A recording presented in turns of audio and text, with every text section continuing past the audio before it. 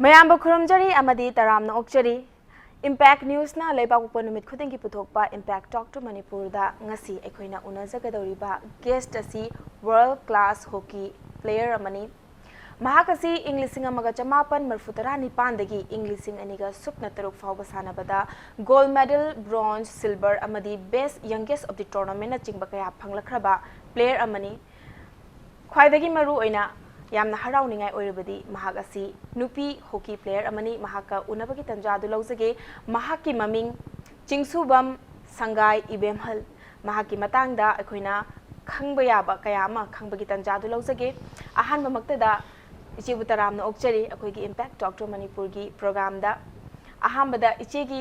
introduction मचाम खतंग पिबियो इचे से हौजी करी करी तौरी अदुगा ममांग द स्कूलिंग कदाइदा तौरई सानबगी मतंग दा इचे ना हाइनिंग बसिंग इंट्रोडक्शन पिबि मतंद इचे की मतंग दा इचे ना हाइबे याबसिंग दो मदु हाइबियो अहांबमक्तदा इम्पैक्ट टीवी बु थागतसब फोंदोक्सरी मसिगुंबा चांस फंगनबगीदमक्ता आई बासिखों माइमोम लेकाइदगिनी आइगी इमिंग संगाई इबेमहल कई हाइनी हानगी आइगी नुपा आइगी युमगी युमनाक तो हाना माइमोम अनंबना ऐसे हाना माइमोम सनु संगाई इबेमहल हायरगा अदुम खंगनेयबा अदुगा संगाई इबेमहल सिना याम सांगे को न मिंगजिबुदी कइगिनो हाबदा अखोगी बाबा पोकपा इबोकतो अदुदना माना नुंसिना कौबिरमेना संगाई इबेमहल से अदुम आइना अदुम दाइन तौजैबा अदगी मयामना सो मुसु संगाई संगाई हाइबदगी आइना नुआइ मंददना क्लास 10 कार कांदा जी अमम हापचलगा संगाई इबेमहल अदुम ओंथोखिबा अदुगा हौसिना आई सिंगसुबम द ओंगे माइमोम निंगोल ओइरगा सिंगसुबम द ओंबी संगाई अदुगा उरीपोक तो ओंगे आइगी नुपागी ममिंगना बिमोजित सिंह माजु स्पोर्ट्स पर्सन नि साइक्लिस्ट ने माजु अदुगा थबक मफम समानना तौमिने आदा आई हौसी वेस्टर्न रेलवे दा लेजरी अदुगा चेना हॉकी सानबा हौरखिबसे करम्बा मतमदगी हौरई इंटरेस्ट से हानदगी दुम लेरकप्रा अदुगा करमना हौरखिबना हाइबदुगी मतंगदसु हाइबियो आई तसेंग हॉकी सानजनी हाइबसे हाना खंगदे आई स्पोर्ट्स स्कूल की स्पोर्ट्स कयादा पार्टिसिपेट तौबा अदुगा अदुम आइजे दुम अनंबना मेडल फंगबा अदगी कई हाइनी स्कूल की याउसिंग स्पोर्ट्स कई कईदा अदुदा खरा फरे आइना बाबानादी स्पोर्ट्स अदि याम याहनिंगबा अदुगा बाबाजु कमाइन तौरगा स्पोर्ट्स याहनगदगे से मासु खंगद्रबा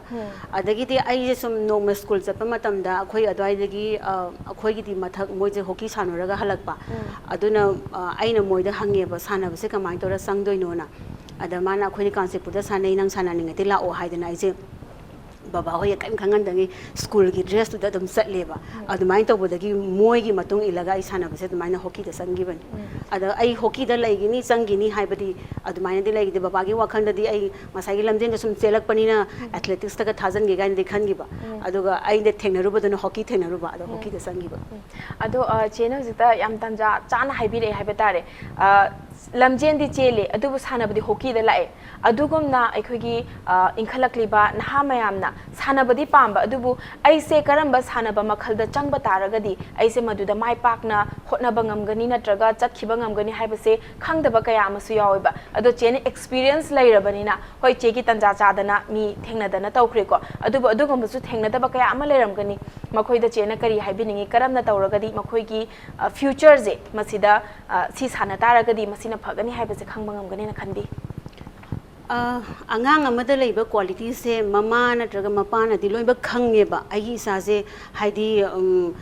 स्पोर्ट्स थवा यावब्रा नत्रगा मासे ड्राइंग गुबा आर्ट गुमा थवा यावब्रा सुगुम्बा मयाम से ममागा मपागना खंगबम थोय अदुगा स्पोर्ट्स थवा यावरगना मासे करमबदना हेना Phagni अदगी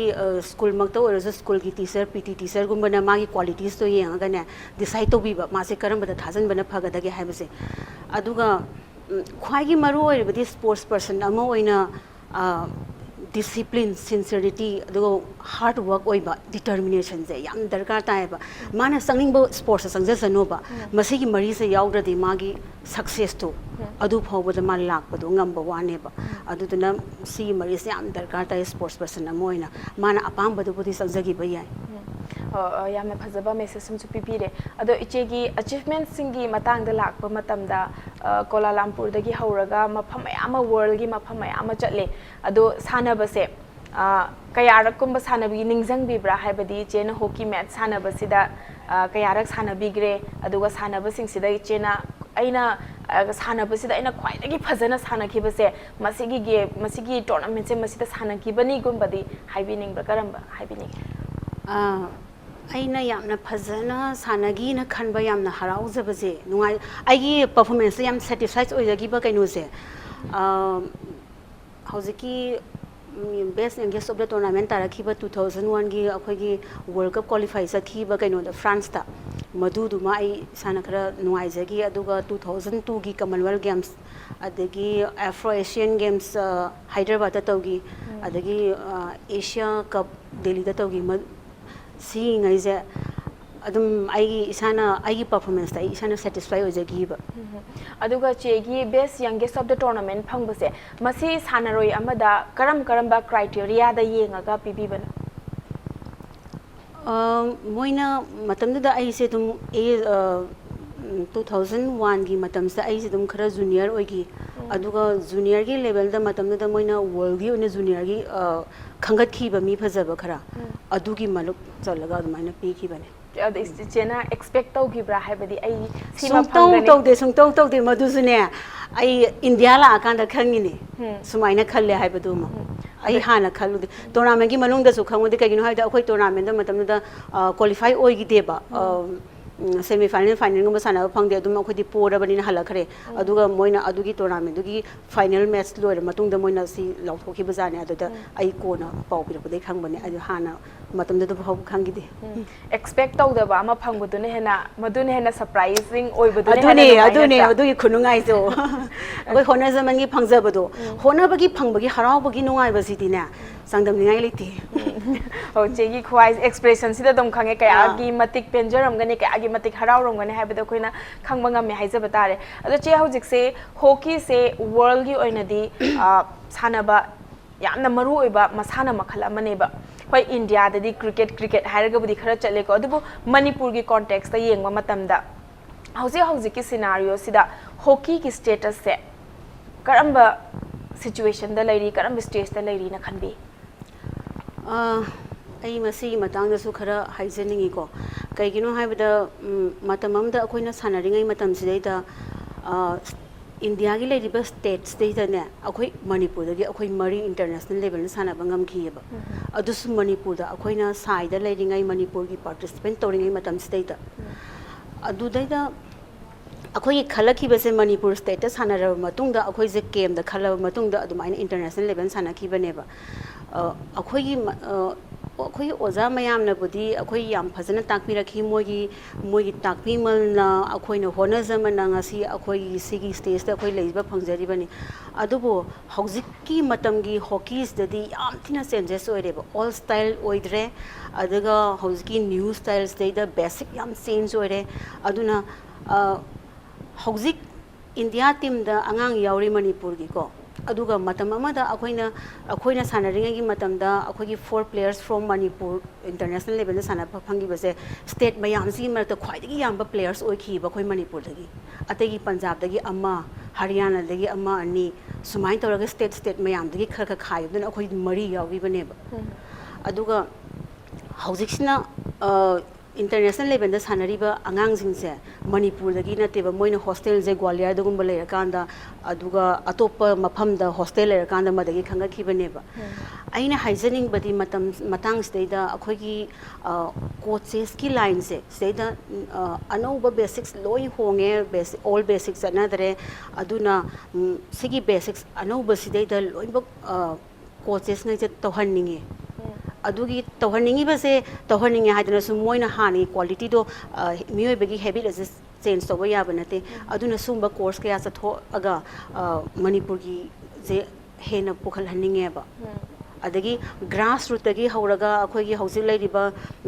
player ngay dum sanani sanaba ise basic yaudeba aduna grass root tagi sanabagi basics to start to biba tarabadi hayeng kona mana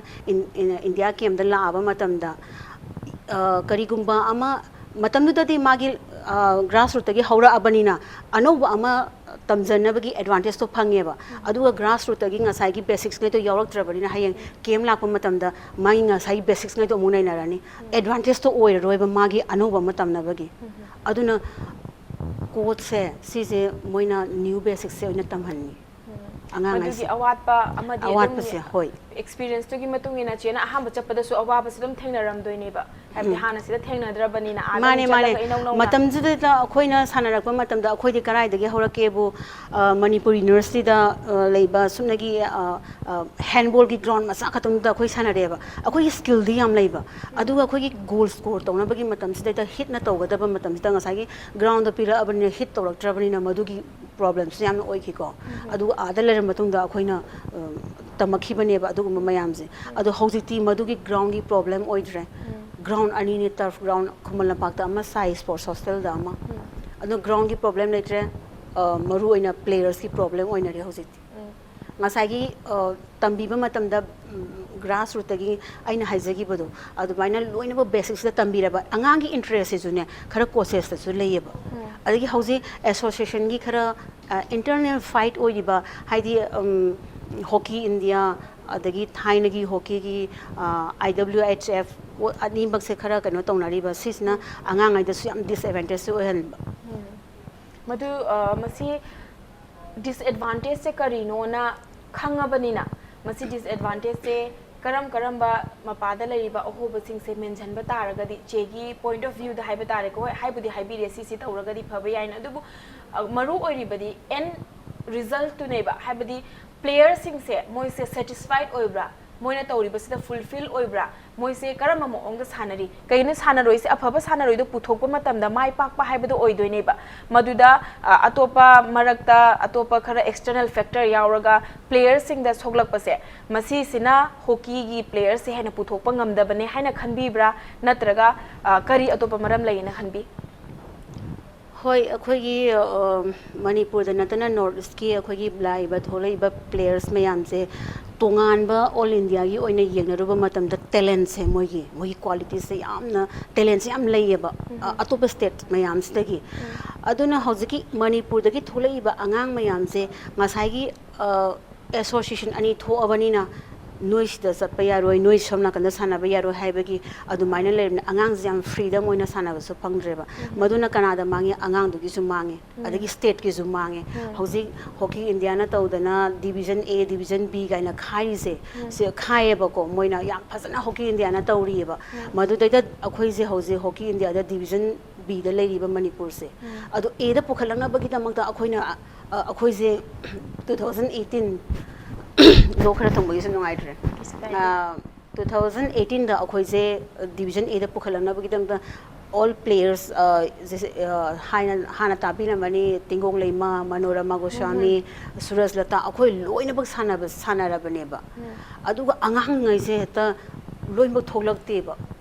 akhoi gi support oi hanning bado adu sise moigi association ani thokpa sina su oiba adu gi kan mangzaba sina akhoi state ki maming di karai ya hore hosi B division da dum leiraga lei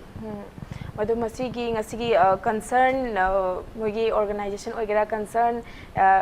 mari leinariba mioi sing sina chen hojik haibiriba wahi se haibadi akhoi gi angang sing se lamukna baga chap manai haibadi tawgada ba thabak sida mai onsin bangam driba se mokhoi gi mai kai dagi khatang gyan tabiragadi madu afabarom da soidana purakani haina khanjai aduga cheda mathang hangjaning base challenges se as a player ama oina thengna ba challenge siga aduga as a women hockey player ama oina thengna ba challenge se karam makhal ki challenge thengna kari ba mamang da hayu da kai ba as a player nupi ama oina na ba as a hockey player ama oina thengna ba challenges ko kari thengna bi aduga madu loiraga mu nupi amu oibagi challenges se as a hockey player amoina lakpa dam thengna ba challenges se kari thengna bi as a hockey player ngasai gi ani sidi dum link thi leinari ne ba ko aina yumda leiba matam da ai isa dum housewife ki type ta dum isa na dum leise adubu aina ground da lakpa matam da ai ngasai gi loina ba kaw ba ngame ba adu ai gi challenging se karino ba ai hauji aina Bombay da leise kari umma kan da ne 24 hours ai dam ta yam yamna ꯀꯣꯟꯅꯗꯕ ꯃꯇꯝ ꯑꯣꯏꯒꯤ ꯇꯥꯏꯞꯇꯒ ꯇꯧꯔꯦꯕ ꯍꯦꯛꯇ ꯍꯥꯏꯗꯤ ꯉꯁꯥꯏ timing ꯁꯤꯟꯗꯣꯛꯅꯕꯗ ꯌꯥꯗꯕꯒꯨꯝꯕ ꯑꯗꯨꯒ ꯑꯃꯨꯛꯁꯨ ꯈꯜꯂꯦ ꯌꯥꯝ ꯊꯤꯅ ꯋꯥꯔꯦ ꯂꯥꯏꯐꯁꯦ ꯒꯥꯏꯅ ꯑꯗꯨꯒ ꯉꯁꯥꯏꯒꯤ ꯒ꯭ꯔꯥꯎꯟꯗ ꯆꯪꯕ ꯃꯇꯝꯗꯅꯦ ꯉꯁꯥꯏ ꯀꯣꯟꯅꯈꯤꯗꯕ ꯃꯇꯝꯗꯣ ꯀꯩ ꯃꯋꯥ ꯂꯧꯗ꯭ꯔꯦꯕ ꯑꯩꯒꯤ ꯑꯗꯨꯝ ꯇꯧꯐꯝ ꯊꯣꯛꯄꯗꯣ ꯋꯥꯈꯟꯗꯣ ꯌꯥꯝ ꯅꯨꯡꯉꯥꯏꯅ ꯑꯗꯨꯃꯥꯏꯅ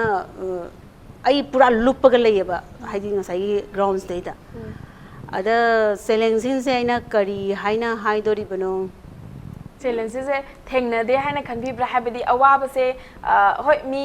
ꯃꯤꯒꯤ ꯄꯨꯟꯁꯤ ꯋꯥꯔꯤꯕꯨꯗꯤ ꯑꯣꯏꯔꯦꯀꯣ ꯃꯣꯏꯒꯤ ꯖꯔꯅꯤꯗꯨꯒꯤ ꯃꯈꯥꯁꯨ ꯄꯣꯜꯂꯦ ꯑꯗ ꯑꯩꯅ ꯁꯤꯃ ꯑꯋꯥꯕ ꯊꯦꯡꯅꯕ ꯑꯦꯖ ꯑꯦ ꯄ꯭ꯂꯦꯌꯔ ꯑꯩꯅ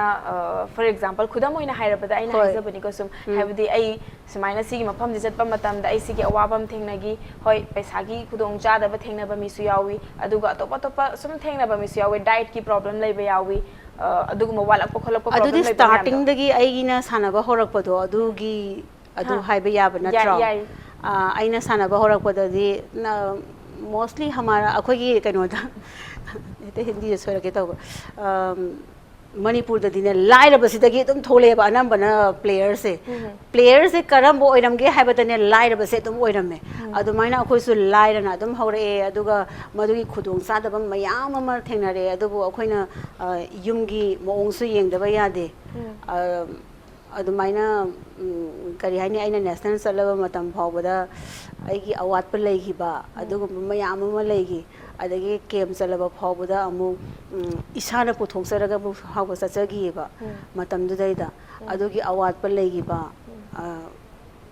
ꯑꯗꯒꯤ ꯏꯃꯨꯡꯒꯤ ꯅꯨꯄꯤ ꯑꯃ ꯑꯣꯏꯅ ꯑꯩꯅ ꯑꯍꯜꯅꯦꯕ ꯌꯨꯝꯁꯤꯗꯩꯗꯀꯣ ꯑꯗꯨꯅ ꯑꯍꯜ ꯑꯃ ꯑꯣꯏꯅ ꯑꯩꯅ ꯊꯕꯛꯁꯦ ꯇꯧꯔꯝꯗꯕꯁꯨ ꯌꯥꯗꯕ ꯑꯩꯈꯣꯏ ꯕꯕꯥꯒꯤ ꯑꯃ ꯂꯩꯌꯦꯕ ꯅꯪꯅ ꯆꯠꯀꯗꯕ ꯆꯠꯂꯁꯨ ꯏꯃꯨꯡꯒꯤ ꯊꯕꯛ ꯇꯧꯔꯝꯗꯕ ꯌꯥꯗꯦꯅ ꯑꯗꯨꯒꯨꯝꯕ ꯃꯌꯥꯝꯗꯣ ꯁꯨꯝ ꯃꯦꯅꯦꯖ ꯇꯧꯔꯒ ꯂꯥꯛꯄꯅꯤꯅ ꯑꯃꯔꯣꯝꯗꯕꯨꯗꯤ ꯍꯣꯏ ꯂꯥꯏꯐꯇ ꯃꯗꯨꯅ ꯄ꯭ꯔꯦꯛꯇꯤꯁ ꯑꯣꯏꯍꯟꯈꯤ ꯑꯩꯅ ꯌꯨꯝ ꯄꯥꯜꯂꯕ ꯃꯇꯨꯡꯗꯁꯨ ꯑꯩꯅ ꯑꯉꯥꯡꯒꯤ ꯁ꯭ꯀꯨꯜꯒꯤ ꯇꯧꯔꯕ ꯂꯣꯏꯅꯃꯛ ꯇꯧꯔꯕ ꯃꯇꯨꯡꯗ ꯑꯣꯐꯤꯁ ꯑꯃꯨꯛ ꯆꯠꯀꯅꯤ ꯑꯣꯐꯤꯁ ꯑꯃꯨꯛ ꯆꯠꯂꯕ ꯃꯇꯨꯡꯗ ꯑꯩ ꯗꯥꯏꯔꯦꯛ ꯒ꯭ꯔꯥꯎꯟꯗ ꯆꯠꯂꯤ ꯒ꯭ꯔꯥꯎꯟꯗꯒꯤ ꯑꯃꯨꯛ ꯌꯨꯝꯗ ꯍꯜꯂꯛꯏ ꯑꯃꯨꯛ ꯌꯨꯝꯗ ꯍꯜꯂꯛꯑ ꯃꯇꯨꯡꯗ ꯄꯣꯊꯥꯕ ꯐꯪꯗꯦ ꯑꯃꯨꯛ ꯗꯤꯅꯔꯒꯤ ꯑꯃꯨꯛ ꯁꯦꯝ ꯁꯥꯕ ꯈꯣꯠꯄ ꯑꯗꯨꯃꯥꯏꯅ ꯁꯤꯒꯨꯝꯕ ꯑꯗꯨꯝ ꯂꯩ ꯃꯥꯏ ꯄꯥꯛꯅ ꯅꯨꯄꯤ ꯑꯃꯈꯛꯇꯪ ꯑꯣꯏꯕ ꯅꯠꯇꯅ ꯑꯦꯖ ꯑꯦ ꯄ꯭ꯂꯦꯌꯔ ꯁꯥꯟꯅꯔꯣꯏ ꯑꯃ ꯑꯣꯏꯅꯁꯨ ꯑꯗꯨꯝ ꯁꯥꯟꯅꯕ ꯃꯥꯏ ꯄꯥꯛꯅ ꯁꯥꯟꯅꯕ ꯑꯗꯨꯒ ꯌꯨꯝ ꯌꯧꯕ ꯃꯇꯝꯗꯅ ꯑꯩ ꯁꯥꯟꯅꯔꯣꯏꯅꯦ ꯍꯥꯏꯕ ꯀꯥꯎꯔꯒ ꯌꯨꯝꯁꯤꯒꯤ ꯅꯨꯄꯤ ꯑꯃ ꯑꯣꯏꯅ ꯃꯃꯥ ꯑꯃ ꯑꯣꯏꯅ ꯑꯗꯩ ꯃꯆꯥꯅꯨꯄꯤ ꯑꯃ ꯑꯣꯏꯅ ꯑꯗꯨꯒ ꯂꯣꯏꯅꯕꯤ ꯑꯃ ꯑꯣꯏꯅ ꯊꯕꯛꯁꯦ ꯂꯣꯏꯅꯃꯛ ꯄꯥꯡꯊꯣꯛꯄ ꯉꯝꯕꯁꯦ ꯃꯁꯤꯁꯤꯅꯁꯨ ꯑꯐꯕ ꯏꯃꯨꯡ ꯑꯃ ꯁꯦꯝꯕꯗ ꯔꯤꯂꯦꯁꯟꯁꯤꯞ ꯐꯖꯅ ꯃꯦꯟꯇꯦꯟ ꯇꯧꯔꯒ ꯊꯝꯕ ꯉꯝꯕꯒꯤꯁꯨ ꯆꯦꯒꯤ ꯑꯗꯨꯒꯨꯝꯕ ꯁ꯭ꯇ꯭ꯔꯣꯡꯒꯦꯁ ꯄꯣꯏꯟꯠ ꯑꯃꯅꯦ ꯍꯥꯏꯖꯒꯦ ꯋꯥꯔꯤꯁꯨ ꯌꯥꯝ ꯅꯨꯡꯉꯥꯏꯔꯤ ꯑꯇꯦꯟꯕ ꯕ꯭ꯔꯦꯛ ꯑꯃꯈꯛꯇꯪ ꯂꯧꯖꯒꯦ ꯕ꯭ꯔꯦꯛꯀꯤ ꯃꯇꯨꯡꯗ ꯌꯥꯝꯅ ꯊꯨꯅ ꯍꯟꯖꯔꯛꯀꯦ ꯏꯝꯄꯦꯛ ꯇꯣꯛ ꯇꯨ ꯃꯅꯤꯄꯨꯔꯕꯨ ꯃꯤꯠꯌꯦꯡ ꯇꯥꯗꯨꯅ ꯂꯩꯕꯤꯌꯨ ꯃꯌꯥꯝꯕ ꯑꯃꯨꯛ ꯍꯟꯅ ꯇꯔꯥꯝꯅ ꯑꯣꯛꯆꯔꯤ ꯑꯗꯣꯝꯅ ꯌꯦꯡꯕꯤꯔꯤꯕꯁꯦ ꯏꯝꯄꯦꯛ ꯇꯣꯛ ꯇꯨ ꯃꯅꯤꯄꯨꯔꯅꯤ ꯉꯁꯤ ꯑꯩꯈꯣꯏꯅ ꯎꯅꯖꯔꯤꯕ ꯑꯁꯤ ꯏꯟꯇꯔꯅꯦꯁꯅꯦꯜ ꯍꯣꯀꯤ ꯄ꯭ꯂꯦꯌꯔ ꯆꯤꯡꯁꯨꯕꯝ ꯁꯪꯒꯥꯏ ꯏꯕꯦꯝꯍꯜꯒꯅꯤ ꯃꯍꯥꯛ ꯎꯅꯕꯒꯤ ꯇꯟꯖꯥ ꯑꯃꯨꯛ ꯍꯟꯅ ꯂꯧꯖꯒꯦ ꯑꯃꯨꯛ ꯍꯟꯅ ꯆꯦꯕꯨ ꯇꯔꯥꯝꯅ ꯑꯣꯛꯆꯔꯤ ꯆꯦ ꯕ꯭ꯔꯦꯛꯀꯤ ꯃꯃꯥꯡꯗ ꯋꯥꯔꯤ ꯆꯦꯂꯦꯟꯖꯦꯁꯀꯤ ꯃꯇꯥꯡꯗ ꯋꯥꯔꯤ ꯁꯥꯟꯅꯈ꯭ꯔꯦ ꯑꯗꯨꯗꯨꯒ ꯑꯆꯤꯚꯃꯦꯟꯠꯀꯤ ꯃꯇꯥꯡꯗ ꯋꯥꯔꯤ ꯁꯥꯟꯅꯈ꯭ꯔꯦ ꯑꯗꯨꯒ ꯍꯣꯀꯤꯁꯦ ꯀꯔꯝꯕ ꯐꯤꯕꯝꯗ ꯂꯩꯔꯤ ꯍꯥꯏꯕꯒꯤ ꯃꯇꯥꯡꯗ ꯁꯥꯟꯅꯈ꯭ꯔꯦ ꯃꯊꯪ ꯈꯪꯖꯅꯤꯡꯕꯁꯦ एज ए प्लेयर इचेदा करी फाउबीगे हाइबदुने ना मथंग खंगजनिंगबसे अखोइगे मणिपुर से पावर हाउस ऑफ स्पोर्ट्स ने ना हाइबा सानरोइ सिंग से होय सानबा मखल अदुकी मतिक लैबा मयाम से मसिगी सानरोइ सिंग से अदुकी मतिक लै अदुबो अफबा खोंथांग अमा लौखतके हाइबा मतमदा खुदम ओइना हाइबा मतमदा स्पोर्ट्स यूनिवर्सिटी अमा सारो हाइना अयाबम पिरकपसे नॉर्थ ईस्ट की मफम मयामदगी इंडिया के अतोपा मफम खंदबिदा अखोइगी मणिपुर से खनबिरअगा मसी मुक साबगी मफम यादे सुगुम्बसे मसिगी मतंग खतसु नते अनंबा मतमदा टॉपिक खुदिंगमक्ता येतनाबसे अदुम लैबा सपोर्ट तौबा खरा ओपोज तौबा खरा मखोय अनिगी मरक्सिदा अदुम ngauribase मिचम प्रजा से अदुम ओइदोनेबा द प्लेयर की सु मु हायरक तादे प्लेयर सिंग सिदा मुक नुंगाइरोइदोनेबा मसिगी मतंगदा करी कमेंट पिपिनिंगे अखोइगी मणिपुरदा लैरिबा लैबाकसासिंगना मदुगी मरमदा खंगबम थोए करिनो हाबदा अखोइगी लैरिबा इमानबी ngैसिना नै यामना अस नोइदि कयाम लाइबा फाबनो नोइदि सुमाइना सादोरे गाइना ताबदा याम हराउजबा नुंगाइजबा फावबदो हाइदि मोइदा कलक्पा मोइरमदा साजनिंगबदि दुम फावेबा सुगुंबा मयामसे अदो साबकी चांस पिरे अदुगा अखोइगी सिगी कानाबसे फंगबा मतमदा सेदा पामदबा येलिबा ngैदो मदु नुंदि नुंगाइजते अदुगा मसी आइना करी हाइरगा मोइबु कमाइन तौरगा फाइनगदगे हाइबदसु आइना खंगदे मोइ मोइगी वाखंगी मतुंग इनानी अदुगा कानाबसी मदि मयाम पुन्ना मदुगी कानाबदुदि लौबम थोए हना खले कानाबदी लौबम थोए मधुमकने अखोइन लोइनमकना पामजबसु कानाबसे फंगदोरे कानाबा हाइबदा अखोइना पैसागी अमगी नतबा नते प्लेयर्स में याम जिली ओइरगा फ्यूचर से फदोरे होय प्लस मधु सारक तारगदी मी मयाम थबक पिरअनी हाइबा पॉइंट अमसु लैरे मधुगी अकोइबदा लैरिबा थबक फंगदना लैरंबा मयाम मोइसु थबकी हौगतपगी चांस मयाम फंगदोइनेबा मधुगुंबदा चरक चहिंग नाइबसिसु नुंगाइजदे हाइजनिंगे प्लेयर की फ्यूचर से ब्राइट ओइगदबदो फाजलेबा मणिपुर द लैब प्लेयर मसिंग जो हेंगलकदोइने मधुना कंपटीशन हेलकदोइने अदो इचे मथंगदा आइना हंगजनिंगबसे हॉकी प्लेयर से हौजे हौजे की ओइना सानरोइसे मखल याम यामेगो फुटबॉल सानब लैग्रे हॉकी होय हॉकी लैरे मधु हुजि हॉकी की ओइने प्लेयर से मणिपुर दा इचेना सुतिगा थोलकप मतमदा प्लेयर सिंग से पर्सनली चटलगा उनाबा अदुगा मखोइगा फील्ड दा मखोइगा सानमिनाबा मोगी कंडीशन से येंग बिरुबगा यावब्रा अखोइना थोलकपु खुदिंगे अदुम ग्राउंड दा ससै अखोइ इसामक्सु आई हौजि इसामसु सानबा लेपसद्री आई सानबसे लेप Gadaba मानद्रे अदुम ngamingay sanagena khali aina sana ai hauji course kaya chale coach ki adagi Maharashtra team gi su aina pai aduga isamaksu dum sanari aina ai sanagadaba oirasu adum aina su dum coach awi ai gi makhagi level da tawrasu aina dum coach tawi adumaina tawna ai isagi sana na madudagi phanglakpa experience ngai do aina moidasu haidi कई हाइनी यंथोकपा हाइगदरा हाइदि खंगनबदो आइंगोंदसु याम हराउजबा नुंगाइजबदो मदुमाइन तौदना अखोइना मणिपुर दा थोलकपा मतमदा Manipur state अखोइ grounds दा चली मफम चलगा player से याम ताक्सनिंगे even अखोइ Bombay दा लैरिबा अखोइ players मयाम से सीना खाइजनरगा फावबा अखोइना 75 balls अदगी hockey stick कई लैदना अखोइना player की हौजे मणिपुर दा अखोइना सानरिंगै मतम स्टेट दा हॉकी की अवाबा बॉल्स की अवाबा अस हाइनिंगा नेतना वाबसे मयाम थेना करे मधुगी अवाबद फंगदनबगिदमक्ता हौजिक लैरिबसेदा अखोइना मधुगी मतेंग पांग पोइना लैरगा पिथैयबा अदुगा मतमदा अखोइना प्लेयर से कोचिंग तौरजी अनौबा बेसिक्स अनौबा स्टाइल से तंबिरजिना अखोइसे चाप मानना सुटी थोलेबा अखोइगी अगांगी समर वेकेशन ओइबा मतम स्टेटा प्लेयर ngase लोइन फाजनगिदन अमाबु थोलक्तबा वान अदुगी प्रॉब्लम सिमते यंग अखोइना तंबीरुरगेना थोलकपा अखोइना थवाई यावजबदुबु मोइना सोमना कंदा आइगिना खाइजनदना लोइमा प्लेयर से थोलक्तरे अदो नुपा मसा खरा याम तोइना रेगुलर लाकपा प्लेयर्स पुदि मोइ बुदि अखोइना अदुम ताकपी तंबी को अदुमाइना मसिगी अवाबसे यामना नुंगाइजदे हाइदि अदो मसि इचे फाजन खिबसे प्लेयर दु की वाखन दसु खरा खनबम दि थोकप्रा ना खनजे प्लेयर्स से लाकनिंगे यामना मोइना पॉक पिरकपसु यावे लाकनिंगे हाइदना नोंग लाकप मतम दा ngang moi se tum gana tawe हाइदि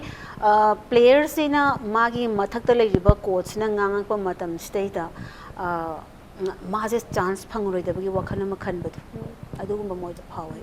मसिगी problem से मणिपुर की यामना अचौब इशू अमनेना आई खंजे केगिनो हाइ मतमदी सानब खतंग दसु नते अमद खतंग सु नते सोइरे नत्रगा आई सी म तौनिंगे हाइबसे ओपन ओइना हाइबा ngamdaba आई थबक्तगी लौथोखिद्रा नत्रगा सानब की होजि कोचिंग तौरिसे आइबु लौथोपिरकद्रा मथंग कदाइदा चकनी नेक्स्ट स्टेप तो खल्लगा लोइना मक तुमिन्ना लैना बनेबा बट अदु फत्ते हाइबसे खंबिरबनिना इचेगी साइड तगी करी मेसेज पिबिनिंगी एनीबडी फाजलिबा मियोइ सिंगदा हाइगद्रा नत्रगा सानरोइ सिंगदुदा हाइगद्रा करी हाइबिनिंगे अदु हाइजगे अमसु अखोइना 2018 की सीनियर नेशनल सानब मतम सिदा अखोइना लोइमा बॉम्बे दगी लागा सानै हाइबा मतम सिदा फजब अंगांग खरा ओइगदब थवा यावबा खरा खंगलगा अखोइना बॉम्बे दा पुरगा चलेबा अंगांग मंगा अदुगा युम अममम दा अंगांग अममम थमगा अखोइना ट्रेनिंग तौरगा मोइसे थंबी अदगी अंगांग जे ग्वालियर हॉस्टल दा लगिबसु यावरेको अदुना कई हाइनी अंगांगी मनुंगददी मोइदि सानानिंगबदी यामना फौजैबा मोइगी टैलेंट तोंगाना लेजे अखोइ मणिपुर मसा हाइसिबो तबुनि टैलेंट से तोंगाले मयांग अतै ओरगा अतै मयांग अस मोइगी अहामबगी स्टार्टिंग से उरगा ने प्लेयर सुमान मानदे अदु अखोइगी तोंगानबा म यावे मणिपुर मसागी मसिगी फाजनबा हाइबसिबो करिदा अफबो ओइदोइनो आइगी इसा मतंगाइरे आइना ममाने हाइदना आई इसाबु फाजलप मागी अपाम खुदि आइना खंबिरक्तरो मतमदति माबु अफबो ओइरखिद्रो सेम आई लैरिबा मणिपुर की कोचेस मयाम अदगी मान ताकपि तंबिदिबा प्लेयर हितो फाजलप मतमदा अंगांग दुगिसु अफबो ओइरोइ मा मसागिसु अफबो ओइरो मागी करंबा नॉलेज लै matamda mana phajalidubo adumaina phajalaning de aduga ai Manipur gi state ki damakta di angang lairiba khara do yam phajana sanane ga Manipur gi mai di pohani aduga che na thabak ta muk changi bese zik Mumbai da laibiri ne so haire ko aduga chief office superintendent oina laibani ba masi ki thabak ki process de ko mai laki sanari ngai da adum सरकार की side तगी नत्रगा Moina पिबिरक्प्रा नत इचेगी सानबगी talent तो यंगबिरगा सानबदा माइ पाकपदो उरगा पिबिरक्प्रा नत्रगा इचेना तोंगाना पेखा थादना थबकी दमकते थीरगा चंगबिगिब्रा परीक्षा दे हम लाखरे अहानबदा आइजे 1997 दा थबकी offer लाएबको Gorakhpur दा लेरिबा any railway अदगी Delhi दा लेरिबा northern railway सुमाइना मतलब ऐसे हिंदी लैंग्वेज से प्रॉब्लम हो हिंदी सु खंगदबा अदैद इसे तिंगोंग हो इसे मोनो होइसना कनोद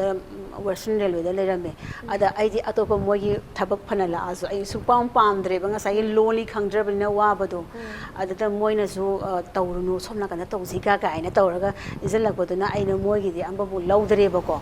अदुगा 1997 सिदा आइजे थबक से लाए लागा मोइना थबकी मतम फाव पिदे नंग सी नुमिसदे जॉइन तौ हाइदना अदुगा आई मतम नुदे जूनियर दा सानाजरीबा अदुगा सीनियर गी सु अमुक केम कौरकपा आई गी परफॉर्मेंस तुगी मतुंगिना आई गी सीनियर दा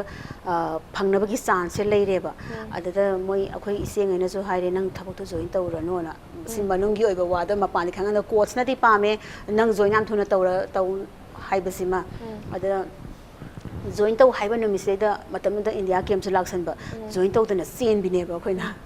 aduga aina mu matamda world cup sanare 1998 ki world cup se sanara matungda ai post ama hekalaga join tau re ba aina matamda da ai di class 10 pass tau budang ari adu tar so graduation gi post phange adu maina tar matungda mathang sam sanarak paduna Commonwealth Games 2002 ki kara matungda akhoi gi games kumba karak pade si se promotion ama adum kai ba Commonwealth Games की 2002 की car मतुंग दा ऐसे अमुक canoe promotion अमा मु fungi अदुगी मतुंग दा 2006 दा अमुक फंगे एफ्रेशियन गेम्स आई अदुम मेडल से याम बनिना प्रमोशन से तुम कार गा हौजिकी से अरोइबा सिगी से लाए सिगी मतुंग दा अमुक ऑफिसर की तोंगान बला का दम एग्जाम पी दम एग्जाम पी दरे ओके सो सानरो ओइरगा सानबसिंग से अखोइना करी ओइन ओगे द मोइसे लाइफ टाइम की ओइना दम सानरगा लैबो दोइनागा खनबा मरक मरकता अदुबु चेनो जिता हाइरगा अखोइना खंगे बा हाइबदी सानरबा मतुंग द सुमाइना मोइ सुगी दमक थबक कौरई मदुगी मतुंग द मेडल फंगबा खुदिंगी काय खोले थबक मसे मथक काखले हाइबसे हाइबिरेबा चेना सुमाइना ngasiगी चेगी वारी सिदगी मयाम सु खंगगा को ए सानबसे अखोइजे सानबसे फैना कैगिनोदी मणिपुर से थबक फंगदबदा अदुकी मतिक percentage wangwa mafam amani thabak ama phangnaba honabada haujikandi master loiba mi amna phd loiba mi amna gardener gi thabak yeng khale haibadi thabak se aduki matik thi darkar oiba dubu phangnaba adu maina do India gi oina hoi thabak moi option mayam lere pb re adubu Manipur gi oina di haiba tare ne ko Manipur da sanaroi amada percentage kaya bukta kar ama makhal gi thabak pb haningi pb ri masigi matang da kari haibini Manipur की मतंग ददी आई तसेंगना खंगजद्रे हाइबदी international level दा सानारे हाइदने international level की थबक तो अदुजु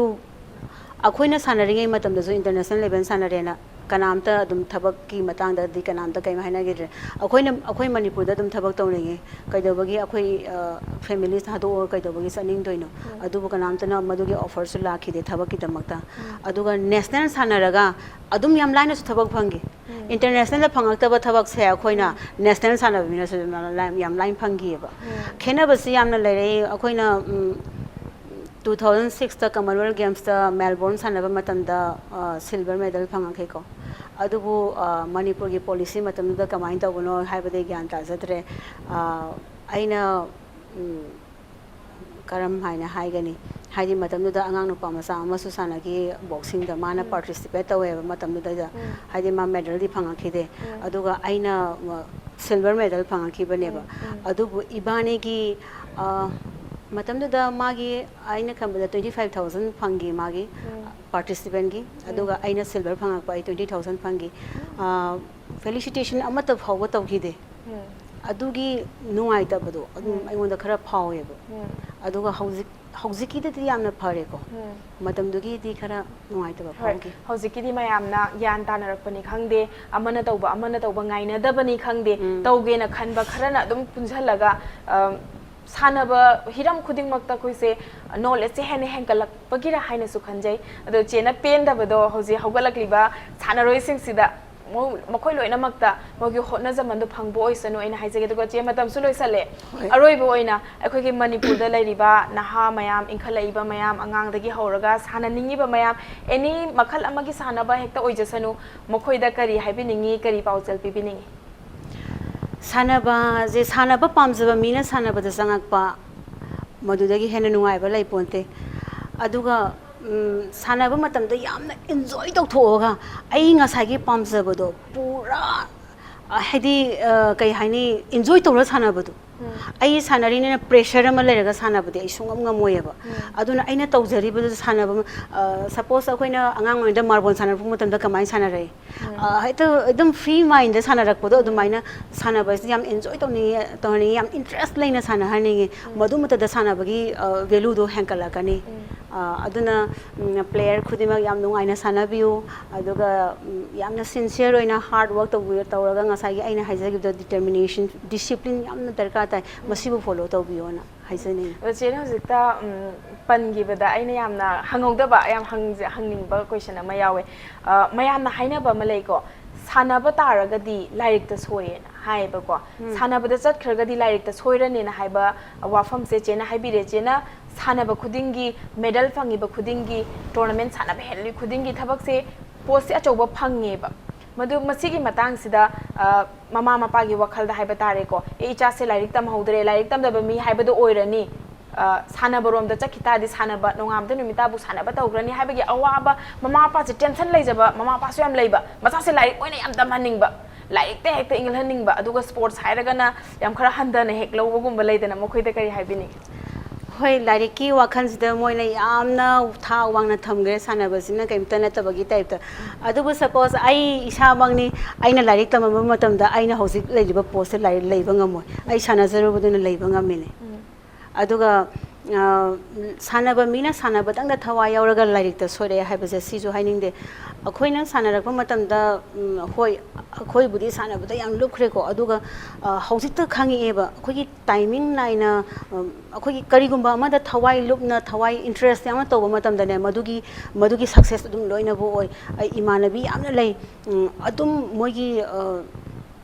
sanabada su yamna phajaba aduga lariki matamda sune larik se adum paraga khara akoina thawai yawradine madugi khangan ba haigan basi am thuyeba thawai yawdaba mafamda dine phana yamna adum tawraga leirasu practice tawraga leirasu adagi larik to paraga leirasu kanabam de sungphang khangoyeba aduna aigi imanabi kaya da aina uyeba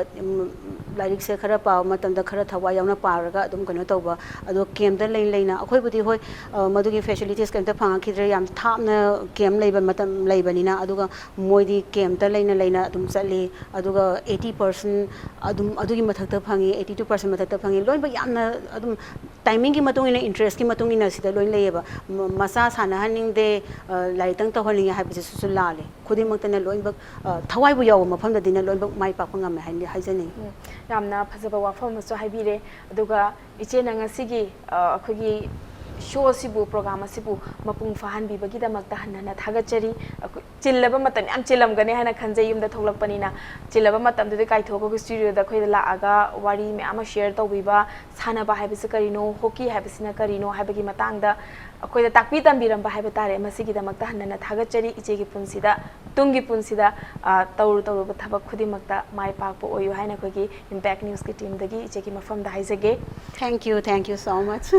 masini ngasi impact talk to manipur gi episode matangi leipak po numita nungaraba personality ama puduna lakjage ngasi gi di kainana biya thangni jari pinabirasi